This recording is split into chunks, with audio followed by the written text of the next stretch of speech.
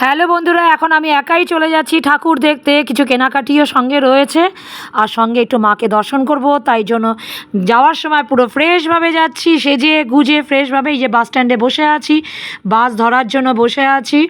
তখন বিকালের টাইম, মাকে তো দর্শন করতেই হবে, কে নেবে আর না নেবে। এবার বৃষ্টিতে ভিজে যা অবস্থা হয়েছে, এসপ্ল্যানেডে এত বৃষ্টি, এই যে আমার এই অবস্থা হয়েছে, তবুও মাকে দর্শন করা তো ছাড়া যাবে না। কেনাকাটি করলাম, করার পরে এই যে গ্র্যান্ডের পেছনে এই প্যান্ডেলটা হয়েছে, চলো একটু মাকে দর্শন করে নিই। তোমরাও আমার সঙ্গে সঙ্গে একটু মাকে দর্শন করে নাও। চলো, প্যান্ডেলের ভেতরটা আমি ঢুকছি। এবার প্যান্ডেলে এই যে মা হচ্ছে খুব সুন্দর, মাকে এত সুন্দরভাবে সাজিয়েছে, এত সুন্দর মায়ের মূর্তিটা সুন্দর। তোমরা একটু মাকে দর্শন করে নাও আমার সঙ্গে সঙ্গে। আর এই যে ওপরে একটু দেখালাম তোমাদেরকে, একটু শেয়ার করলাম, যতটা পেরেছি তোমাদেরকে একটু শেয়ার করলাম।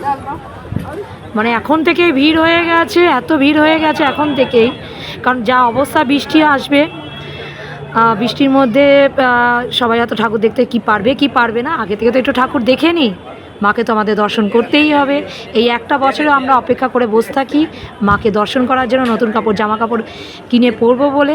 তাই তোমাদের সঙ্গে একটু শেয়ার করলাম, তোমরাও একটু দেখে নিতে পারলে। Tata, by.